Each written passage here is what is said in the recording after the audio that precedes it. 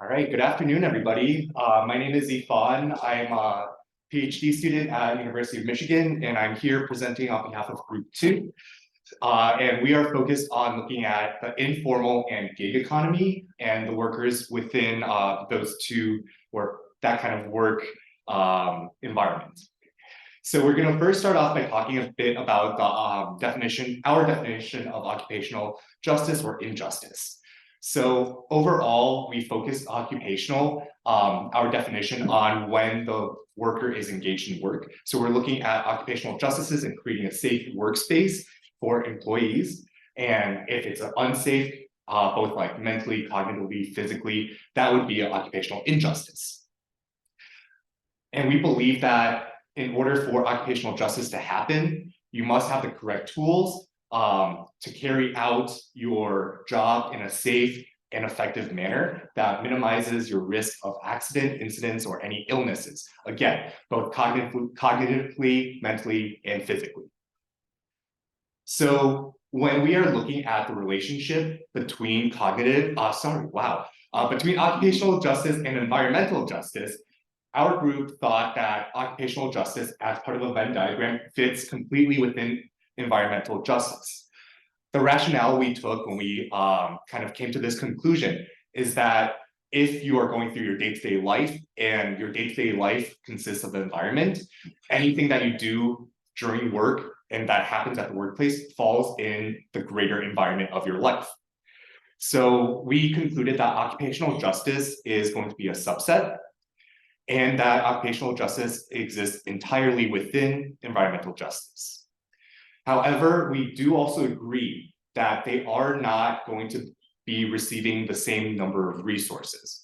So there's still competition between how we are going to address issues within environmental justice and occupational justice. And this was a point brought up by Adam when he gave his talk earlier. You have all of these different agencies that are addressing potentially the same issue, but they have different standards and they have different funding sources. So you have a lot of clashing resources. One example that we talked about specifically here is if we want to make a workspace really safe and let's say install state-of-the-art fire suppression systems, but maybe we can't get the resources for that because it's prioritized for fixing the roadway on Main Street. So we're looking at as a definition, these two justices fall within each other, but we still have to consider the resource allocation side and how that's going to be one of the most difficult things moving forward, depending on what type of work you're looking at. So next, I'm going to turn my focus over to looking at informal and gig work. So broadly speaking, a gig worker is defined as someone who don't necessarily receive a regular income or have regular wages or have regularly defined work hours. Some examples that come to mind might be your rideshare drivers, your contract workers, so like handyman, your babysitters. You can look at nannies as part of the informal job economy. And generally anybody who's self-employed fits that mold. I do want to point out some statistics here. So in the US, about 20 to 30% identify as a gig worker. And those numbers are just a bit skewed towards your minorities. So 30% of Hispanic adults report that they have participated in the informal or gig work industry. 20% for Latino, I meant Black and Asians for the second bullet, typo. And then only about 10% of white adults report that they have done informal or gig work.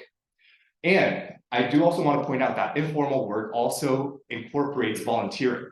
So about 1 billion individuals in the world participate annually in volunteering. If you look at that as its own economy, it would be the 7th biggest economy in the world. So now, because we are dealing with informal and gig workers, one of the key issues that we're facing is that this work falls outside of protections from existing agencies. There's no regulation, there's nobody to call, there's no employers to call if you experience a slip, trip, or fall. So you have all of these inherent risks, ergonomic risks, workplace disputes, and all of these, you don't really have a governing agency to go to. You have this emerging workforce that is really, I'm getting the red sign, but you are dealing with a lot of people who are working and putting themselves in very dangerous positions.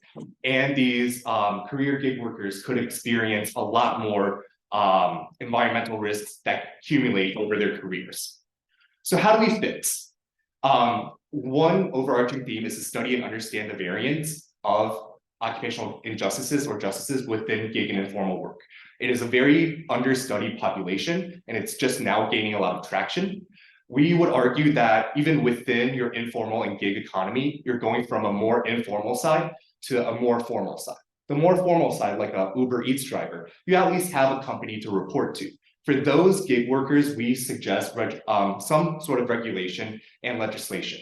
On the more informal side, like if I get a 15-year-old to go mow my lawn for $20, nobody's going to be overseeing that. So we emphasize that environmental justice needs to be addressed first. And the 2 bullet points here are quotes from the EPA: same degree of protection and equal access. All right, and I ran out of time, and I'm pretty sure I ran over, but thank you guys very much.